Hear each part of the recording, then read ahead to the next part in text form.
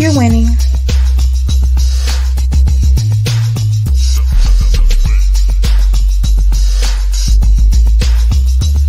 You're winning.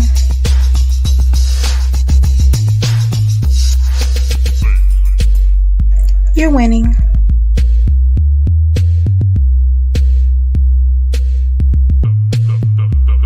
You're winning.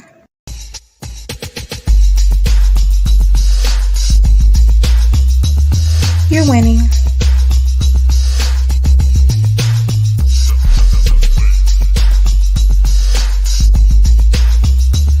You're winning.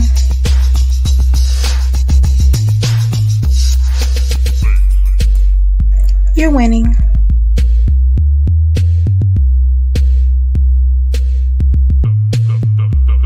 You're winning. Hello, my lovely loves. You are winning with another episode of Epic Understanding. I am your host, Coach Love, and I am delighted. Everybody say delighted. Delighted to have Dr. Viviana here to teach us about intimacy. Now, she is best known for her work on the hit show Married at First Sight on Lifetime, but she has a brand new book, The 4 Intimacy Styles, and we're going to use them to our very best advantage. You know, August happens to be one of the highest months for divorce, but we still want our intimacy, right? So for that reason, we have Dr. Viviana here to help us lead the way in a tough situation, but I know we can make it through together. So without further ado, hello, Dr. Viviana. Hi, Coach Love. I'm so thrilled to be here. And that statistic it always makes me so sad. I think about all the kids who are going through back to school and all the Mhm. parents who are really struggling to keep it together. And so hopefully we'll give them a little bit of tools to kind of be able to handle this a little bit more gracefully. You know what? And that's the ticket, right? To handle things gracefully. We can't really help some of the situations we get ourselves into, but if we can figure out how to be graceful about them and use our best practices, then we can push our way through maybe and learn something when we're on the other side, right? Absolutely. That's the hope. So let me just get down to the nitty gritty. Can we get it on with someone we're divorcing? Let me tell you, when you told me we were going to be talking about this, I thought, I have so much to say about this, but Uh-huh. none of it is going to be something that I think is completely out of this world, right? I think Okay. the truth is, it's already so messy as it is. Okay. Why would you want to dip your pen in that ink again? I feel like it doesn't ever really go the way that people want it to. Uh-huh. Sometimes we look to exes or soon to be exes for comfort. Sometimes we look to them because we think, oh, one last hurrah. Can I Mhm. tell you, I can count on more than one hand the amount of times that I've had clients who are going through a divorce who end up pregnant. Oh no. Yes. You count for a So gap. it's something that I actively will tell my clients. I know that y'all are divorcing. I know that you've known each other and been with each other for so long. And the idea of being with somebody new can be scary, not usually and not always very exciting. Um, or they think it might be such a long time before I ever have sex with someone again that I'm comfortable with.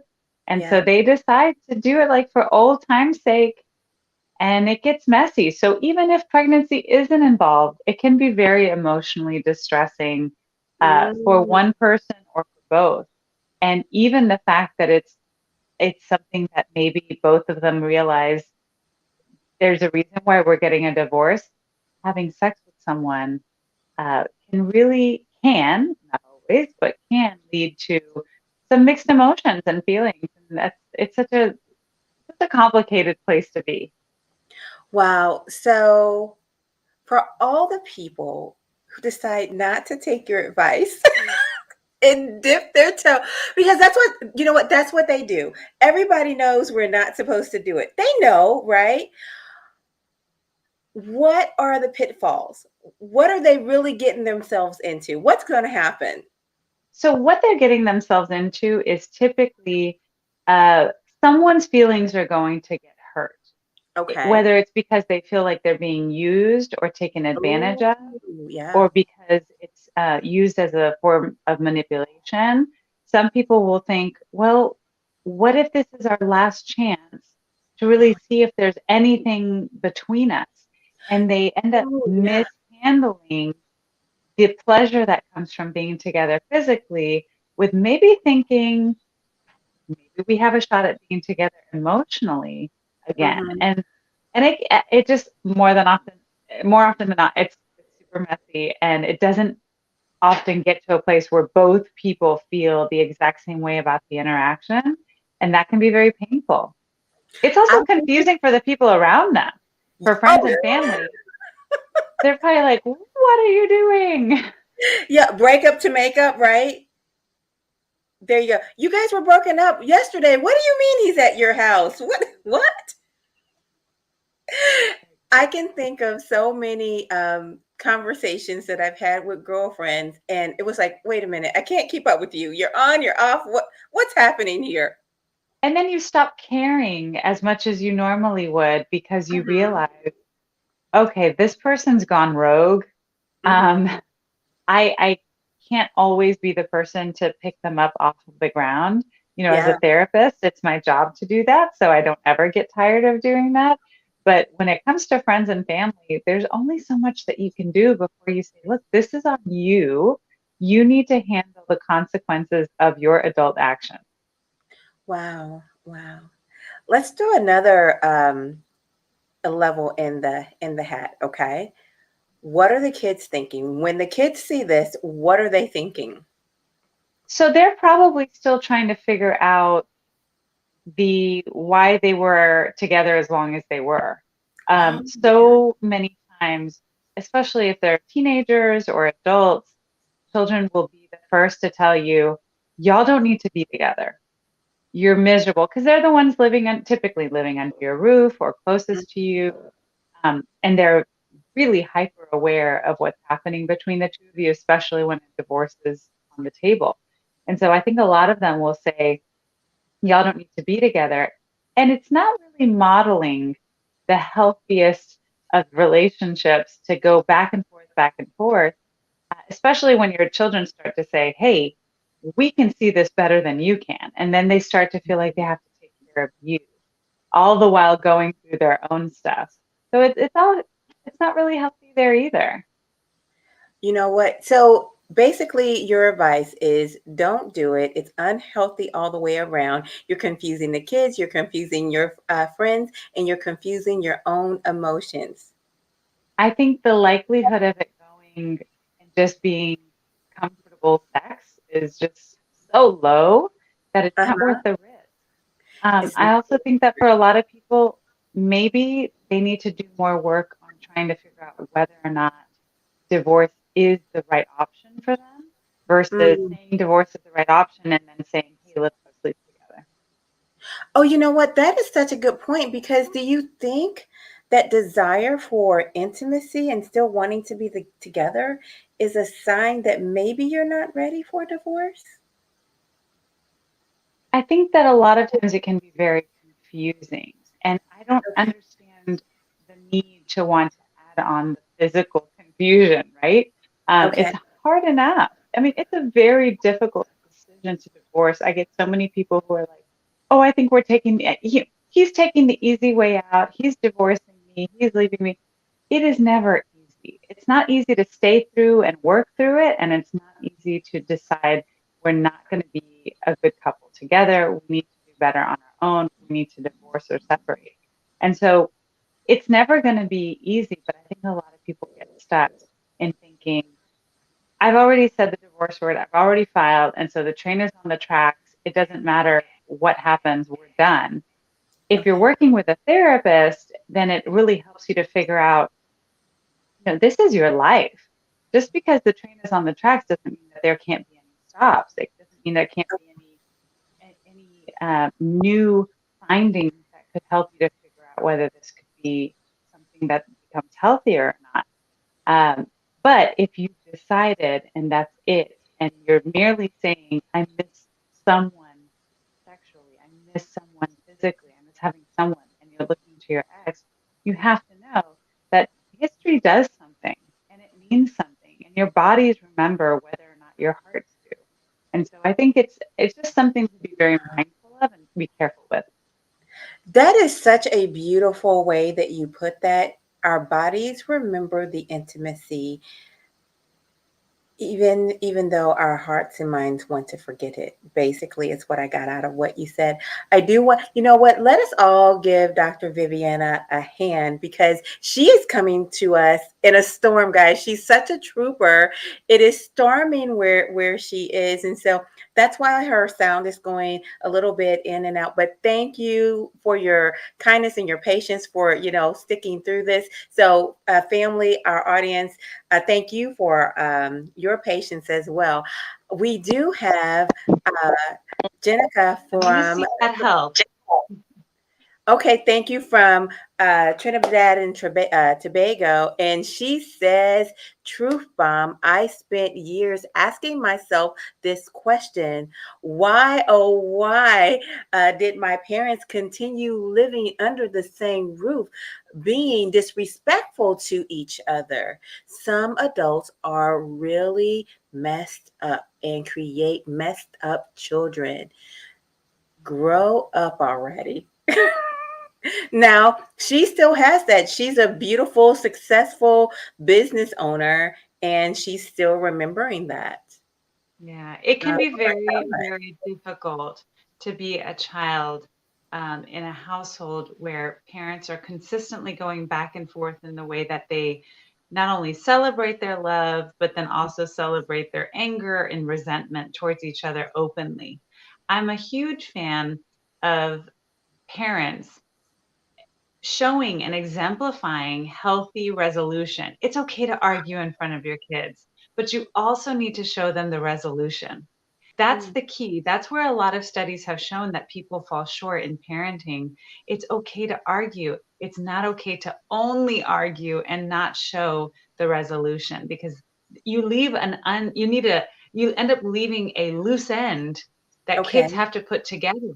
And what will they do? They will end up thinking that you never made up, Okay. that you're always arguing, and then they'll see and be looking for cues and clues of whether or not y'all are doing well. And I think that for a lot of parents, we just don't think about, um, we're just having conversations in passing, but our kids pick up on everything.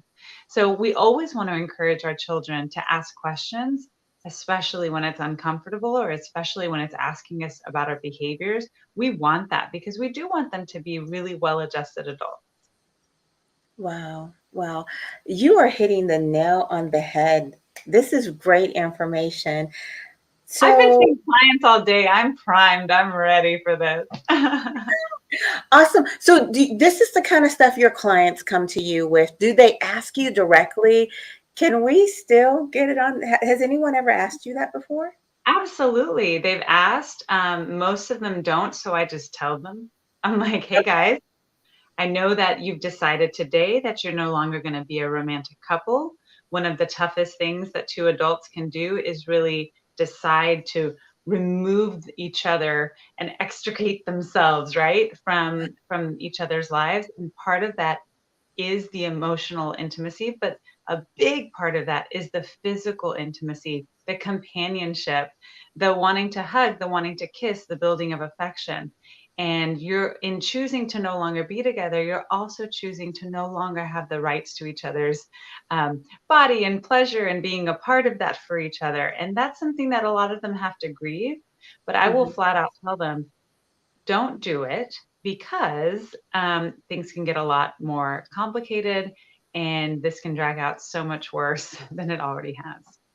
So, how do you grieve the physical connection from someone? Like, what process do you go through for that?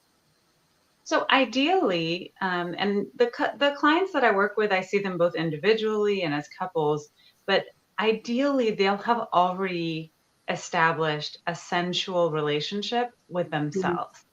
I Okay. think having solo pleasure, being really being your own best lover is Okay. a great way to live your life, both in partnerships and outside of it. And so for a lot of them, I will talk to them about what it's like to have more of a solo sex life and the importance of that and kind of getting them prepared for that, especially if they're possibly thinking about divorce. That's something that as a certified sex therapist, I'm just kind of it's on top of mind for me, so it's really not Okay. that difficult. But I will talk to them about that. I'm a huge fan of people making sure that they have options for themselves. And just because you don't have a current sexual partner that you're active with doesn't mean that your sexuality is on pause. Mm. What if someone's not comfortable having a solo sex life? What would you say? So it still happens where people don't feel comfortable with that for whatever reason. Oftentimes it's because they don't have the experience. They've never had Okay. anybody talking to them about what healthy, not just emotionally healthy solo sex lives look like, but also physiologically healthy sex lives. We have to take care of our pelvic health. We need to take care of our genital health. I mean, all of that is something that is a part of our body. It's not like it responds only or only needs to be activated during a sexual partnership or during childbirth or pregnancy or menopause. Like we there we are sexual beings. And so oftentimes it's just about educating them on the importance of making sure that you're taking care of your genital pelvic health. And that does include often the experience of masturbation, solo pleasuring. Those are things that are really important for our health.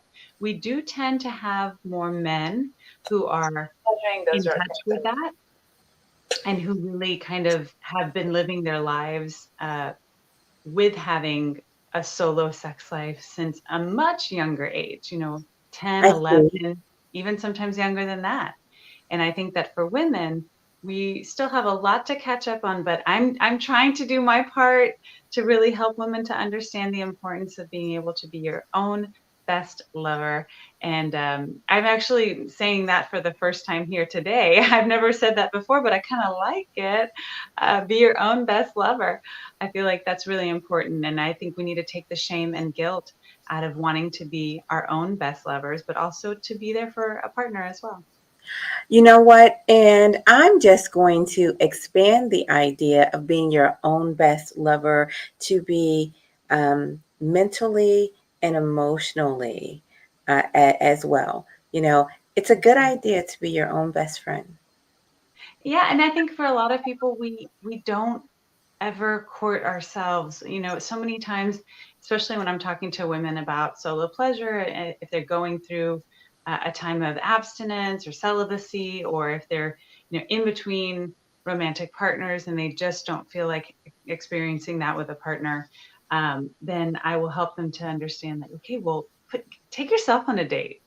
Go Oh, get a massage, read read some erotica. I have all sorts of projects coming up to help people with this sort of thing, but the idea of taking yourself on a date and treating yourself to a nice dinner, to a mhm. great movie, all of those things, it doesn't have to only exist when you're in a partnership. If it does, then you will likely put up with things that don't really fit for you.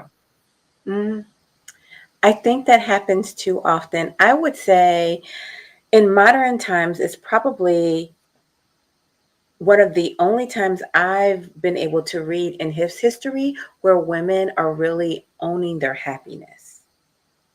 Yes, and it takes the entire world screaming at the top of their lungs saying, "Come on, women, live for yourselves, empower each other," Mhm. before we actually really start to listen. And that's kind of sad, right? But I'm glad it's better late than never. 100%. Here's a great question from Dr. Lay. He says, is being intimate while separated is it a behavior sign that they may get back together? If it is, it's usually very short term, because all of the reasons that they're separating and all of the reasons that they're divorcing, they still exist. Just because you decide to get naked together and have sex doesn't change any of that. Okay, there you go. Jenica says she loves dating herself. She did it during the pandemic. That is fabulous. Um, let's kind of go a little bit further down the road. Your book talks about the 4 intimacy styles. What are Yes, they? and 4 intimacy styles. So what the grand scheme of it is that I wanted to write a book that helped couples who really want to stay together forever. They want to Okay. have the dream marriage, they want to have the dream partnership emotionally, but Mm-hmm. they really want to hold on to the physical intimacy. I know of so many couples, and I'm sure you do too, Coach Love, Mm-hmm. where they are excellent at communication. They have fun together. They're friends. You can just see that they really care about each other and they love one another. But over time, Mm-hmm. whether that's 2 years in or 20 years in, at some point, nearly every couple will struggle with physical intimacy. And nearly every couple will wonder, can we survive not having the physical intimacy that we want? So I've been seeing couples and individuals for 20 years. Um, During that time, I kept noticing, just in the past 10 to 15 years, I started really actively noticing the reasons why people have sex. Everybody can tell you, oh, yeah, sex is a really important part of any relationship. It's very, very important. But then when you start to ask them why they do it, that's when I started to say, okay, I need to get more methodical about tracking why people have sex. So the motivators are what I call the 4 intimacy styles, and that is bonding, release, giving, and responsive. And what I'm asking everyone to do is there's a quiz online. You can take the quiz, it's in the book as well. It's called the 4 Okay. Intimacy Styles Quiz. And you can take that quiz, and it will tell you, based on your answers, what percentage of each of those 4 styles you're at currently. And ideally, you'll want to round out your intimacy style. Like, I even have it in the logo to remind me. Okay. Round out your intimacy style by trying to experience 25% of each of the styles. So bonding, release, giving, and responsive in every or nearly every sexual experience that you have. And what that will do is set you up for being able to make sure that your needs are being met and your partner's needs are being met for the long term. It doesn't So matter. With these quickies, yeah, you can do whatever and enjoy it. But I'm talking about people who want to stay physically connected for the long term. This is an ideal way to be able to do that and know that you're really crossing off all of the check marks. so isn't that work though? Don't you want to get lost in the moment? Don't you just want to ravage your partner? Well, absolutely, but you still get to do all that. But if you're talking about, most people are having sex once a week, Mm, maybe 2 to 3 times a month. If every single time it's about ravaging your partner, well, let's really talk about what ravaging looks like. Is it all about you? Is it all about them? And over time, you may not be keeping the score, but again, there's something underlying that says, gosh, it seems like every single time we do this, it happens in this way, or I don't feel like we're really bonding very much, or it always feels like I'm initiating, or it always feels like you're coming at me asking. And so what I'm trying to do is get people to have a healthier flow and not have to worry so much about what's going to happen down the road with resentment or what's going to happen down the road with habits. We get into habits and routines sexually. And I if think you're you're not right. conscious of Yeah. them, they can end up being negative or they can end up actually hurting you in the long run.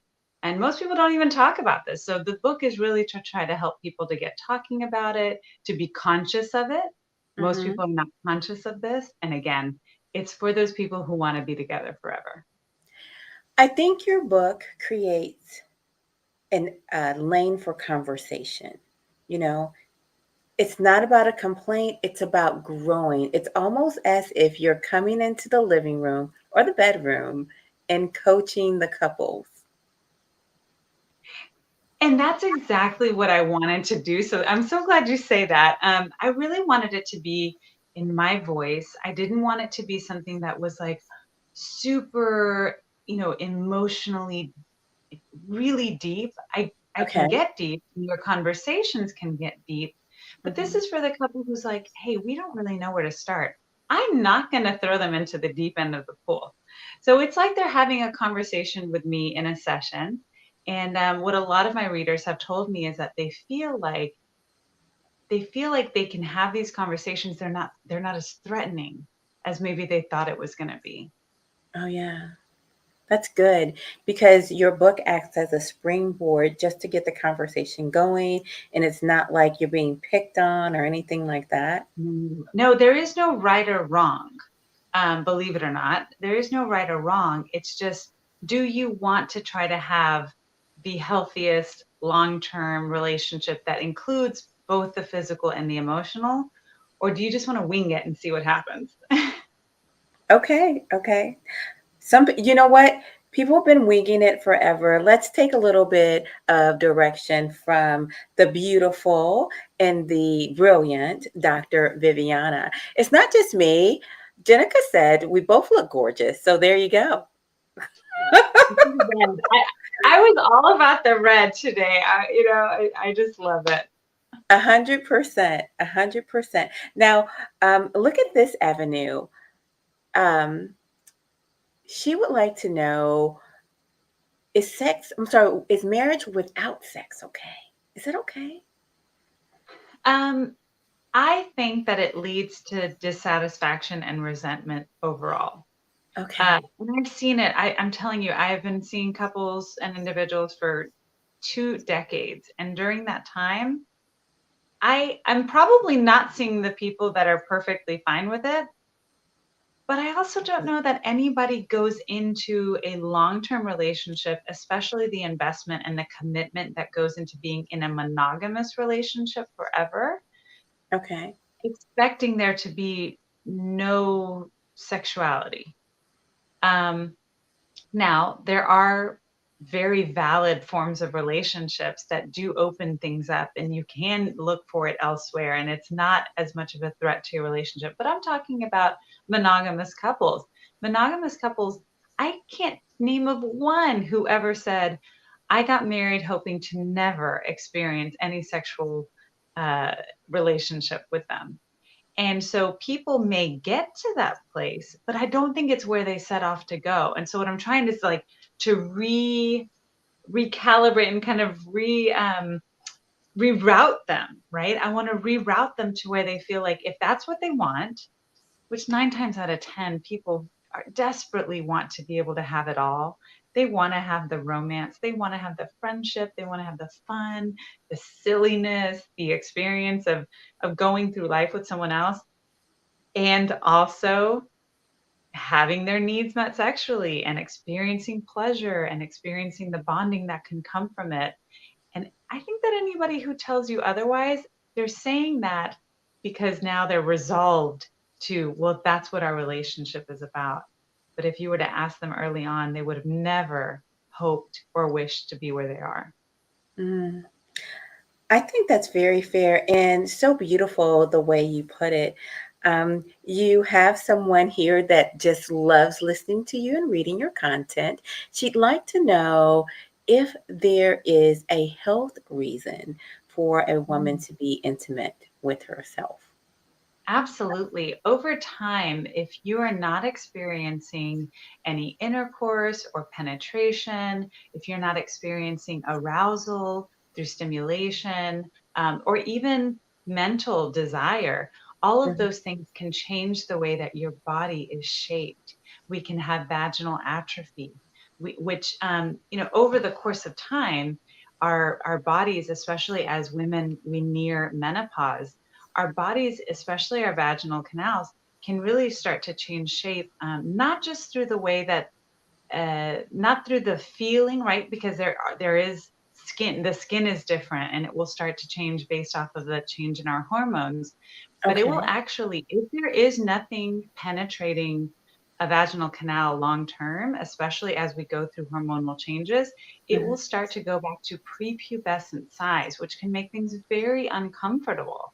Mm. Um, and that's something that I think a lot of people don't really realize, Okay. but things can very much change.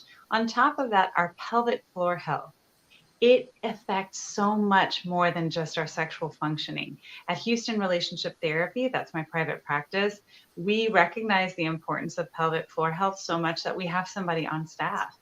Dr. Bork is excellent at making sure that everyone knows there is so much more to incontinence. There's so much more to pain. There's so much more to not experiencing orgasm. There's a lot going on there. And so it is a physiological need as well.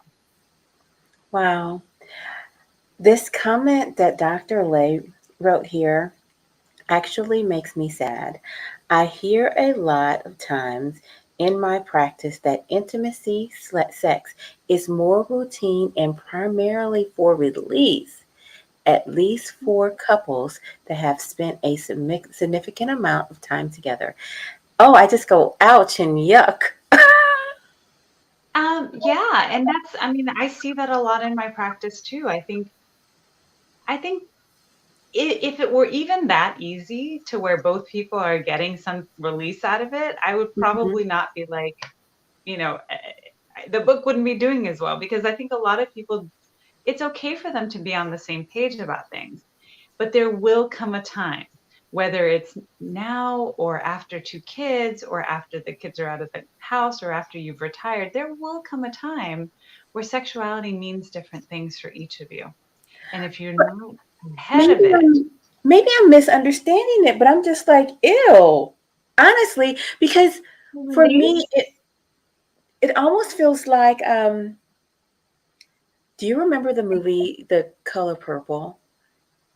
And I'm Whoopi, sorry, you cut out. Are you worried that it's transactional? Is that what it comes across as? well, Like it's maybe a little transactional? transactional or even worse. Do you remember the movie The Color Purple? I There's this, do. yes. So there's a scene where Suge and Whoopi are discussing making love to Mr. And um, she says, it feels like he's going to the bathroom on me. That's what it sounds like to me. Like, ew, just horrible. And Sugar's all like, I like it, you know? And that's they're with the Right. same man, but it's so different. Right. Well, I think that there's something to be said about making sure that the physiological act and the behavior of sexuality, it's kind of nice to have that tension release. It's a really nice stress reliever. Orgasm, if you're able to have it, it can be a wonderful thing for you to experience to really lower your stress levels. But we're not pacifiers, okay? We're Right. not here to be a comfort blanket or to get your endorphins going. I mean, like, that's not what we're here for, I think. There's so much more to it, especially when you're in a committed relationship. So while release in and of itself isn't wrong, it's one of the four intimacy styles. I completely believe in the validity of it. But when that's all you're experiencing from it, Okay. especially if your partner doesn't feel the same way, that's when things can start to get messy and they can start to feel like someone's feeling used. Someone does feel like they are just a receptacle Hmm. for whatever. And Right. it can really start to feel like we're missing out on something. And it's because you are. You're missing out on three other really important components of sexuality. Okay. Okay. You made me feel a little better. Just like this much. This much. I think what Dr. Lay was trying to say is that some people will say, well, we just have sex to really just get the physiological tension out of our bodies, and we turn to each other to do that, and we're both in on it. Okay. Okay. Is There's that a kind of like a reason booty that call? people,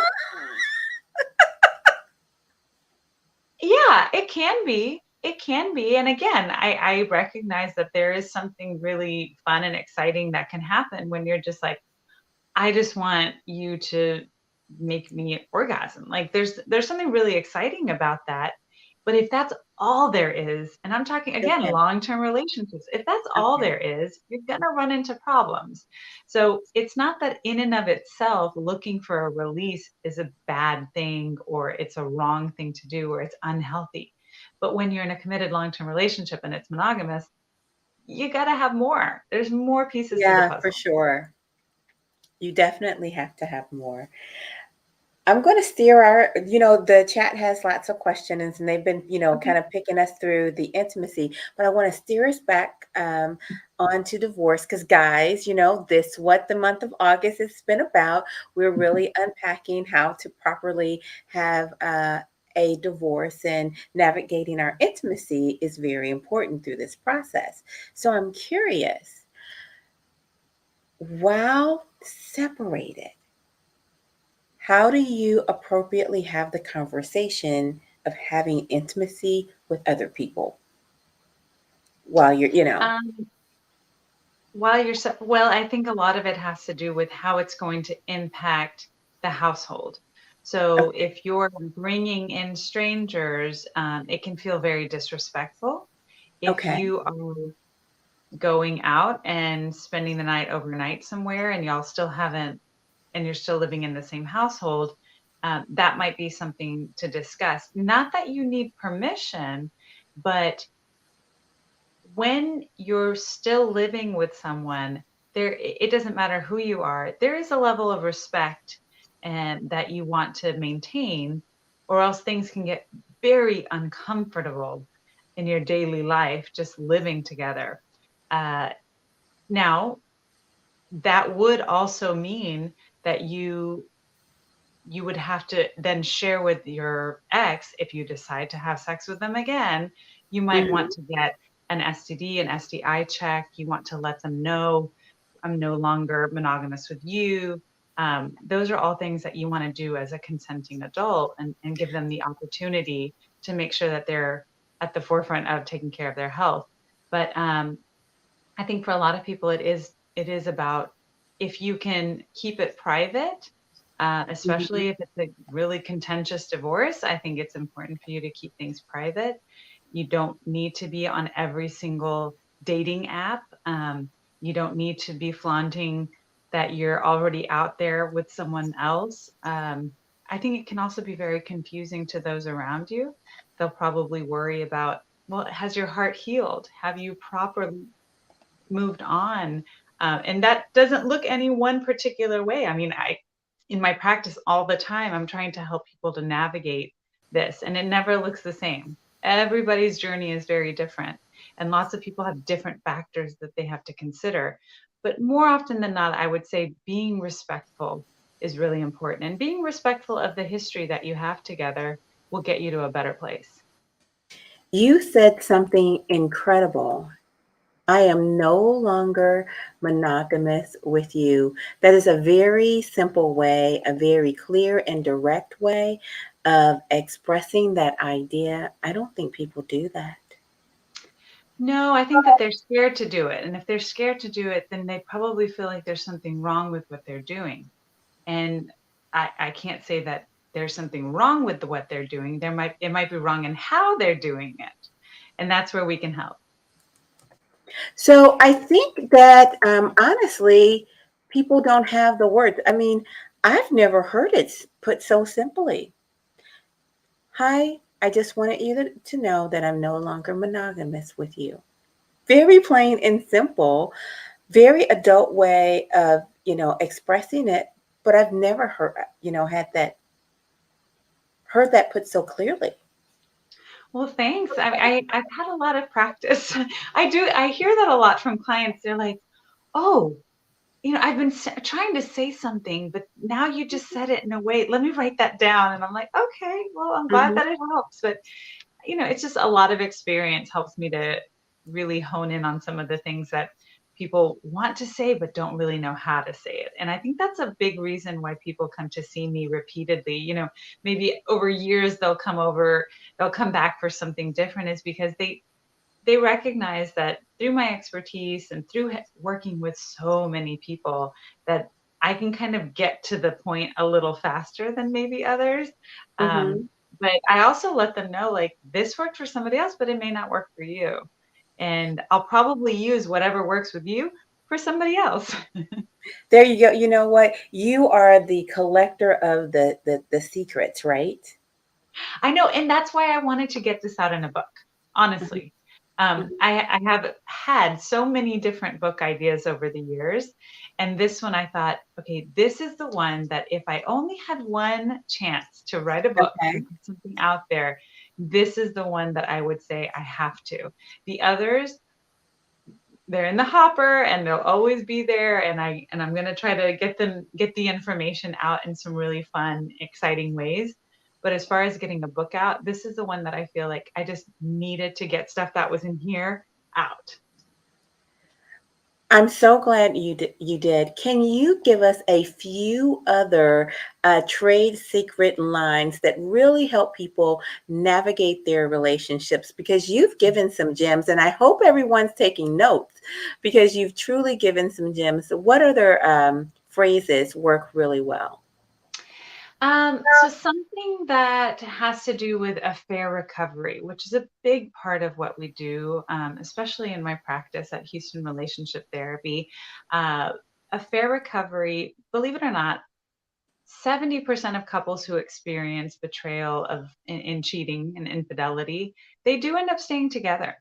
Mm-hmm, And mm-hmm. of those, the people who go to therapy and really work through it, at least half of them will say that they feel like they're stronger after the affair, which is not something that somebody who's going through it would ever say, hey, it's worth it. Let's do it. No, it's not worth it. I'm telling y'all right now, don't cheat. Do not do it. It's not worth it.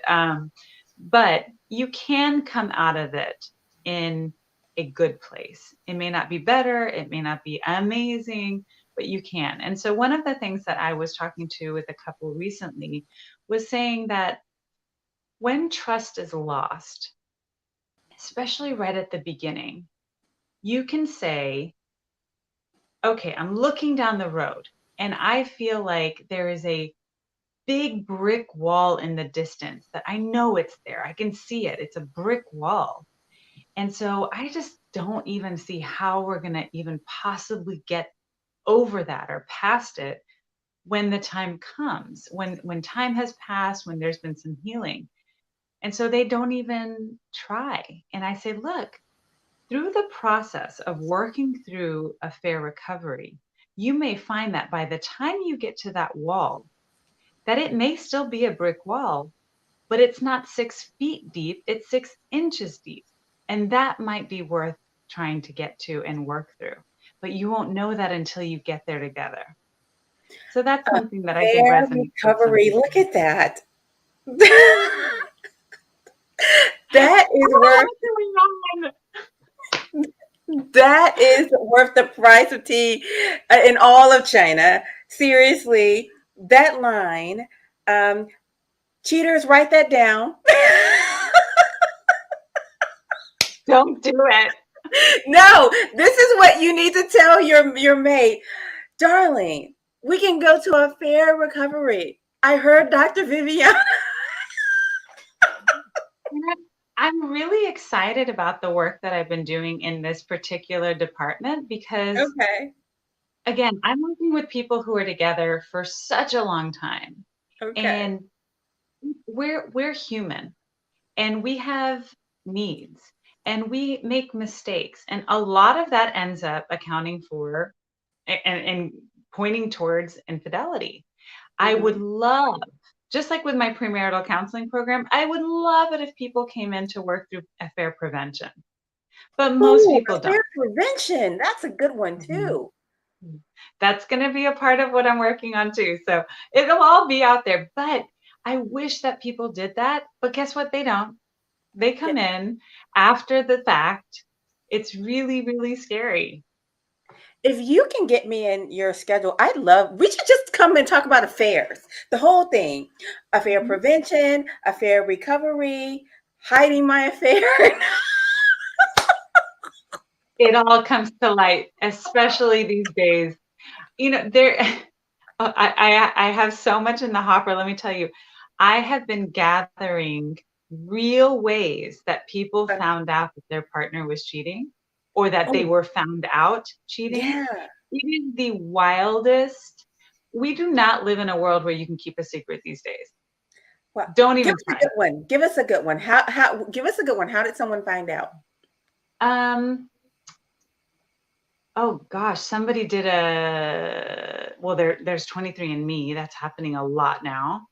Um, I've How had does so that many work? Wait, people wait, who, wait. How does 23andMe make people, well, find out? they'll find out that there are secret children out Oh, there. yeah, yeah. Mm-hmm. And sometimes there's secrets to the biological dad. I mean, that happens too, where somebody, they didn't realize. Uh, so many cloud pictures that show up on kids' iPads. That happens a lot, and it's Yes, so yes. sad. And I mean, it's traumatic for lots of reasons, right? But that Mhm. happens a lot. A lot of work phones that end up getting synced with personal um, people who uh, people who were found out because there was a private investigator for insurance reasons, and then it turns out that they catch them with a paramour. I mean, yeah, there's a lot out there. Your And job is exciting.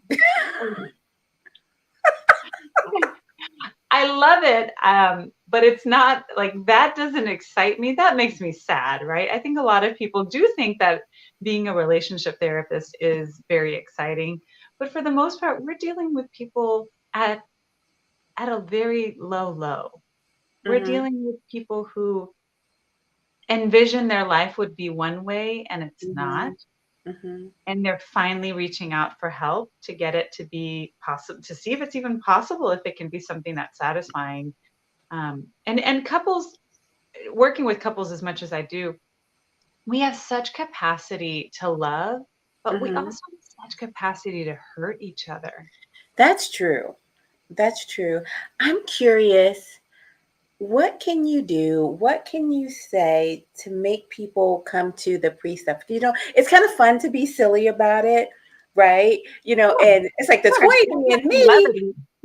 right? I mean, that's kind of fun. But then if we can get people to come to you, dial your phone number, look up your website before they cheat, before they go on Tinder or whatever website it is to, you know, find, you know, Ashley Madison or yeah, yeah, or even just going to work. I mean, so many people, the vast majority of infidelity happens in a workspace. You know, I agree. I've heard that too. Because you have the work wife and the work husband, and you just spend so much time there, and I think a lot yeah. of people feel like they're in the same boat, or they feel like they're, it's almost like camp, and you get very close to people, and you Mhm. experience these pseudo close relationships, even though you never see each other outside of work. It's kind of I think it fulfills a need for connection when we're not Okay. at home. Mhm. What is it about work beyond that? 'Cause is it the accomplishment too? Like, how could we bring some of that into the home life?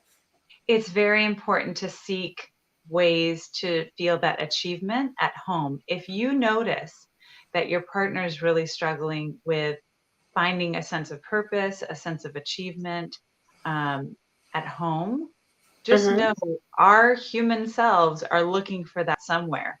It doesn't always end up with infidelity or looking for achievement in that way, or kind of that prowess, that gold star sexually. That's not what I'm saying. But I Okay. think there is a real need to experience accolades and praise and compliments. I know my husband was, it was really sweet. I'll air something that he told me. Um, he would, because we were out somewhere and like 2 or 3 different people commented on something that I was wearing, and they were like, gosh, you look so pretty in that. That's so pretty. And when we got home, he goes, how many times do people tell you that they like what you're wearing, or that they like your look or whatever, on a weekly basis? And I was like, I mean, I guess it just depends, but I would say, I don't know, 5, 6, 7 times, depending if I'm on set, a whole lot more. I mean, it's really sweet, Mm-hmm. and it's kind of special. And he's like, you know that some people, and I wish I knew, and maybe somebody in the chat knows the statistic, but some people receive only like 3 compliments in a year. Really? Yes, there's it. I wish I could look it up, but it's a really sad, sad number. It could be 7 compliments, but it's something crazy to where you're like, and I said, wow, we need to compliment people more when we go out. And he's like, I already started. I feel like telling somebody, hey, I like your shoes, or hey, nice car, or you know, and he, it's different from men. He doesn't want to be seen as a creeper, but he does find ways to say like, oh, that's a cool watch, or your child is so well behaved, things like that, that are compliments that people don't see.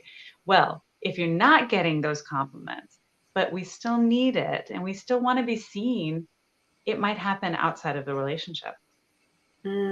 So it's very important to compliment your partner, whether it's their look, their intelligence, their shoes, their watch, whatever.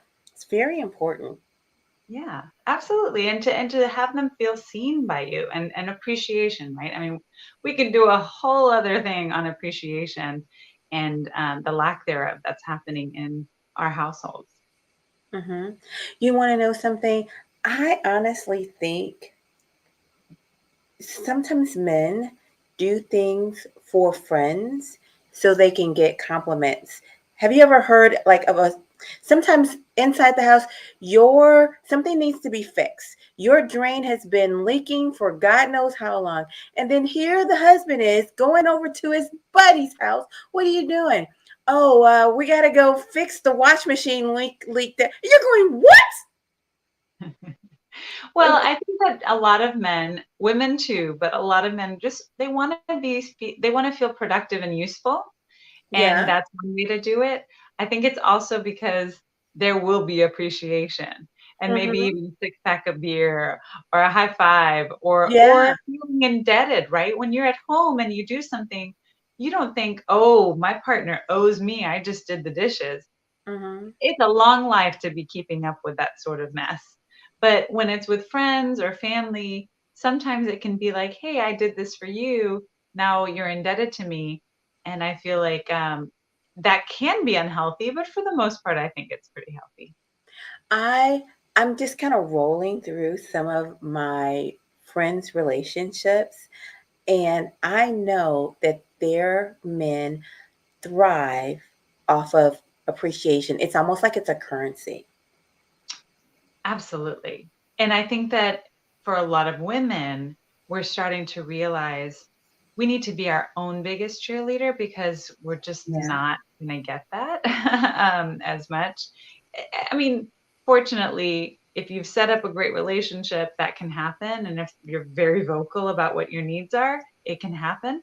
But in general, you're not going to have somebody behind you going, amazing job, this is awesome, like you're killing it. It's almost like we have to I say we, I'm talking about like kind of women in general, especially moms. um, but a lot of times there is a sense of, it's a thankless job. It's a Yeah. thankless job. And then when our kids tell us, thank you, mommy, or, um, somebody gives us a card that says, like, thank you for doing that. That was so sweet of you. It does feel good. It feels good to do for others. And I think a lot of times we don't do that at home. And a lot of the clients that I'm seeing, the reason that they are in the state that they're in is because they have not put the oxygen mask on their own relationship. Mm. So is being grateful, is that an intimacy style? I'm sorry, or appreciation? Is that part of an intimacy style? I think it's part of being a good partner in general, a good friend, a good employer, a good employee. I mean, I think if you care about whatever type of relationship you're in, that showing appreciation and being thankful, we talk about having an attitude of gratitude. There's Yeah. a behavior behind that attitude too. There's an expectation of, it's not just an attitude, like go out there and tell somebody how much you appreciate them. Give them kudos, give them praise, let them know that what you noticed. I think we tend to think about it in terms of like with our kids, Mm-hmm. we can be pretty good about applauding our kids when they do something extraordinary. And then parenting books will tell you everything can be an extraordinary thing. You letting them know that they turned off every light when they left the house, how grateful you are for that. That can be an extraordinary thing. But I think for a lot of people, they just take so much for granted, maybe not intentionally, but because they have so much going on that they just don't notice. I love it.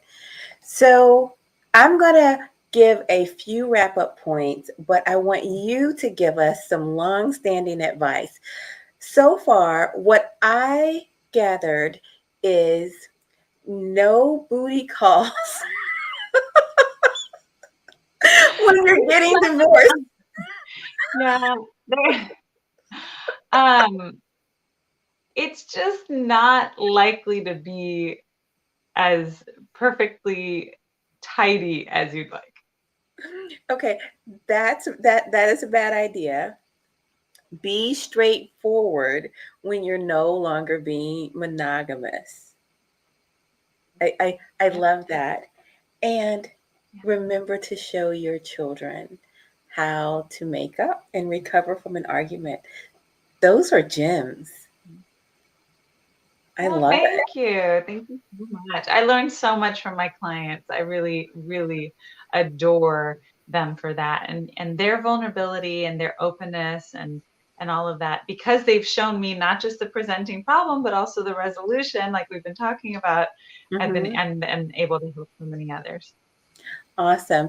And if you wouldn't mind giving us just three more tips, because I'm just loving all of your knowledge, I would greatly appreciate it.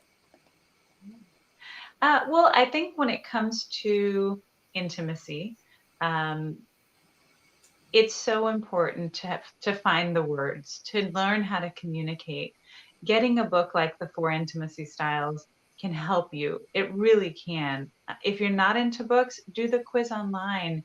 I put out so many podcasts like this. I've been on a book tour and so many interviews. You can get the information in one way, shape, or form. Of course, I'd love to sign and dedicate every hard copy for you. So if you order it online, I'd love to do that. I think it's so much fun.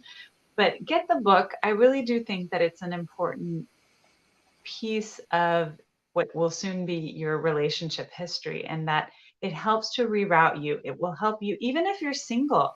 I've had a lot of people ask me, is the Four Intimacy Styles for single people? It will prepare you for being a really great long-term partner. And who doesn't want to have the tools to do that ahead of time? Again, we're talking about prevention. We're talking about really trying to be proactive. So absolutely, that's the case. I would also say that making sure that you are talking to your kids about healthy sexuality, that's a big part of being a better partner when you're an adult. No message is still a message. No information is still a message. Like I have so many clients who would have benefited from getting some sort of guidance when it comes to sexuality, and they are forever trying to figure it out on their own and feel like they're flailing, at 20, 30, 40 years old. So I think it's important to have those really honest, open communication and to keep it open for a long time. And if you struggle with it, making sure that they know maybe you're not the person to talk to because it's not your specialty, but you will help them find the person who is. So that's always very important. I also think it's important to make sure that if you are unhappy, that you say it. Do not assume that your partner is going to be able to read your look, your posture, the tone of your voice. We have way too many distractions to be able to be totally zoned in and focused on your eye roll. Oh, wow. So be verbal. Be verbal. Yeah. That's really And important. that's an investment, right? I mean, when you partner up with somebody, you can't drag everything out of them. They're not expecting that, just like you would hope that you don't have to do that for them. So I do think it's important to be very vocal and let them know. And don't just say something once. If it really matters to you, say it again and again. And if they can't listen, take them to therapy and we can figure out, everything together. Fair enough. Great, great, great advice. Great information. You were just a joy to have on. I am so thankful. Thank you. I appreciate you and your audience. My pleasure. Okay, family. I hope Dr. Viviana will come back with us again. We have more things to talk about. We have to talk about achievement. Look, guys, who we're having on, we're going to talk about high impact mentorship. I dropped the link for you. Right below. So be sure to click on it. We'll be starting right away. Tonight was a double header. We can't stop thank Dr. Viviana enough. Be sure to go out and buy her book, The 4 Intimacy Styles. I believe that you will be so happy that you made this investment, not just in your relationship, but in yourself. So I'll see you in just a moment. Until next time. Bye-bye for now.